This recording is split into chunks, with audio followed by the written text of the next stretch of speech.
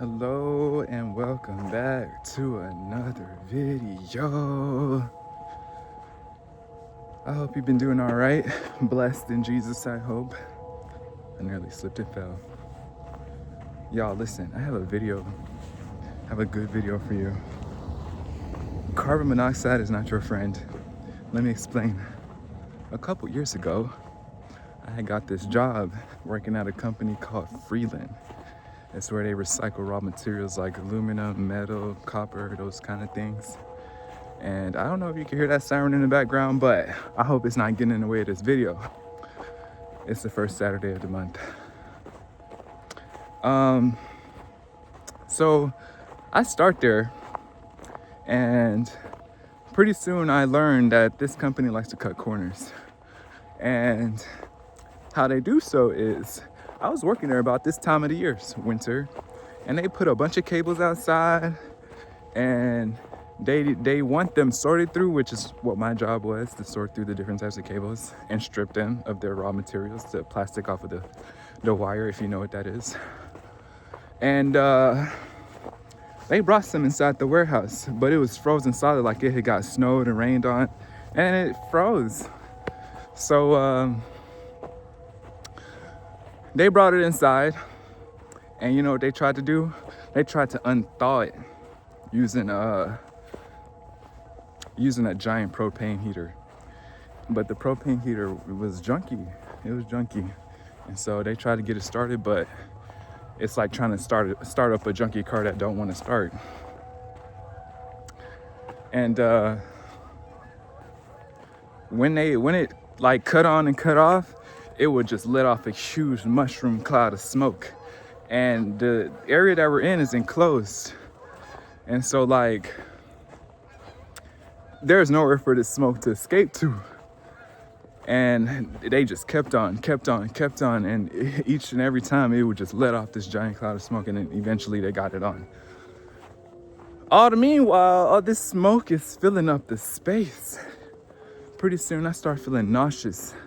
My stomach was killing me, and I leave the room, and I had one other person working with me, and I was like, bro, this is not safe, bro. I don't think you should be breathing this in. And he was like, listen, you either do the work or you don't. And I'm like, but this is your health we're talking about. Our health, really?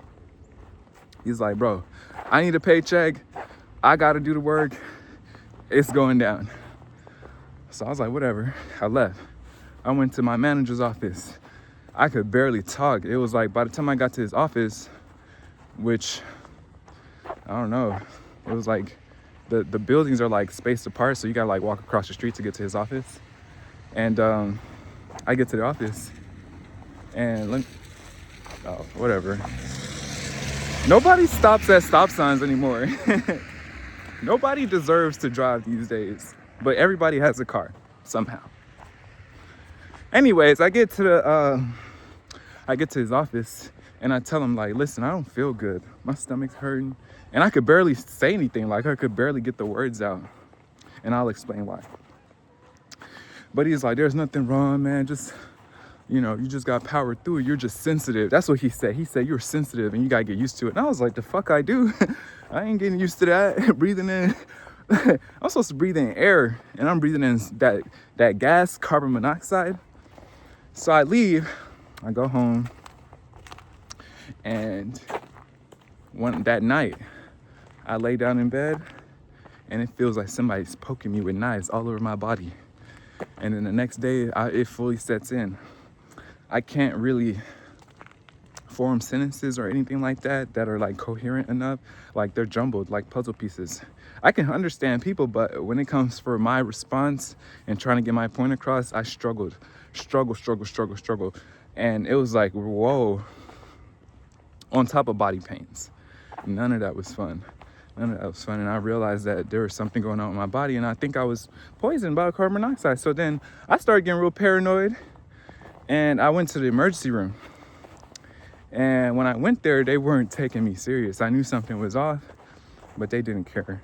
They just was like, I think they think that I was just over exaggerating my symptoms and things like that. But I know myself. I didn't have this problem prior to dealing with them.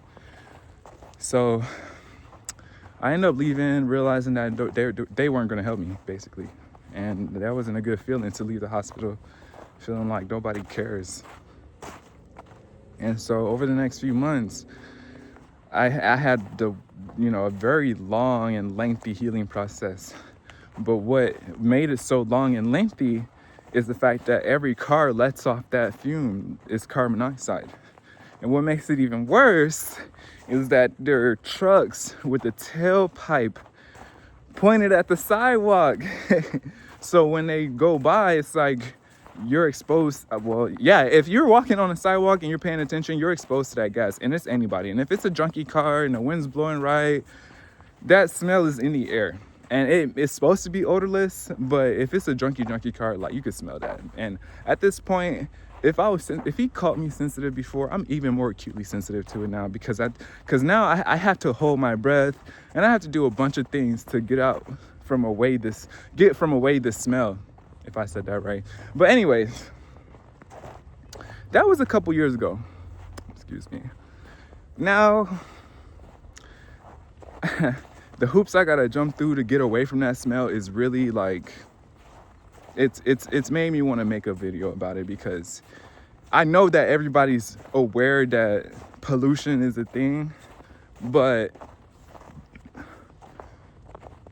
I don't think we're moving fast enough to get rid of pollution. I think we're dragging our feet at it, and people like to hang on to the world's most junkiest cars, and that's just making matters worse. And cars are not getting any cheaper, and so it's like people are gonna want to hang on to them even longer, exacerbating the problem.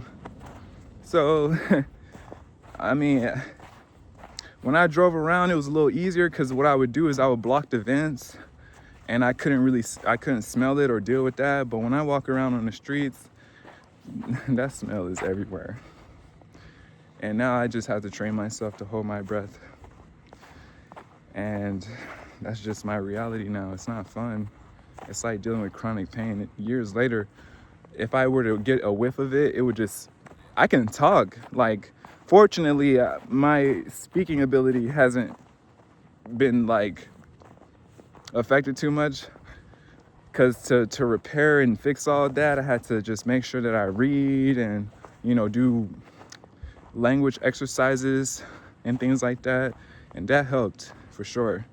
But if I were to smell it, if any got into my system, then I would still feel the pains that come with that, like someone like poking me with a knife all over my body, and that's not fun. That's really not fun. And then to add insult to injury, it seems like, you might think I'm crazy for saying this, but it seems like at times it's like I don't know anybody like this, but it just seems like there's somebody, or there are people that are looking to like violate me with this gas. And that's weird. You get what I'm saying? Like, years ago, before I even had this accident, I noticed that, and I've seen this online too, where people back their trucks up and they just fill a space up with people inside with carbon monoxide. And it's like, why are y'all trying to do this to people? What's wrong with y'all? And then there was this one time I was riding my bike, and this really huge truck came along. And I know y'all have seen trucks with like black smoke coming out the back end. He tried to get me to breathe that in as I was riding my bike. I just completely stopped and went kind of backwards so I wouldn't breathe it in. But it's like, look at how people move around. That's evil. That's evil. I feel like it's important to talk about something that I think is important, because I like breathing clean air. And sometimes here's another thing. When I leave my place of dwelling and I get out on the street, it seems like something's waiting for me to violate me with that smell. And I know that's a weird thing to say, because it's like there's no way that somebody could be waiting to do that to me, right? But if you get what I'm saying, it's like there's something looking for me to violate me with that smell. That's what I'm trying to get at. Like there's something that knows that I don't like that smell, and it's steady trying to get me to smell it, because it knows it's gonna fuck my system up. And this isn't a new thing. This is something I picked up on a while back. So like, I think I'm gonna be dealing with this longer than I ever wanted to. And that's just the state of it. And I can't just be inside all the time. That's not gonna work for me. I'm too active and I like being outdoors. It's beautiful today, look. So that's not gonna work.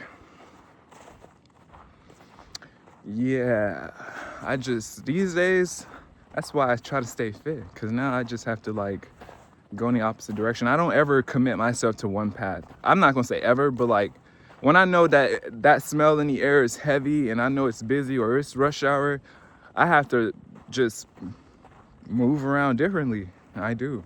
I can't just think I'm gonna walk on the main streets and not smell that and get a whiff of that. It's just one of those things. But yeah, I figured I'd share that with you.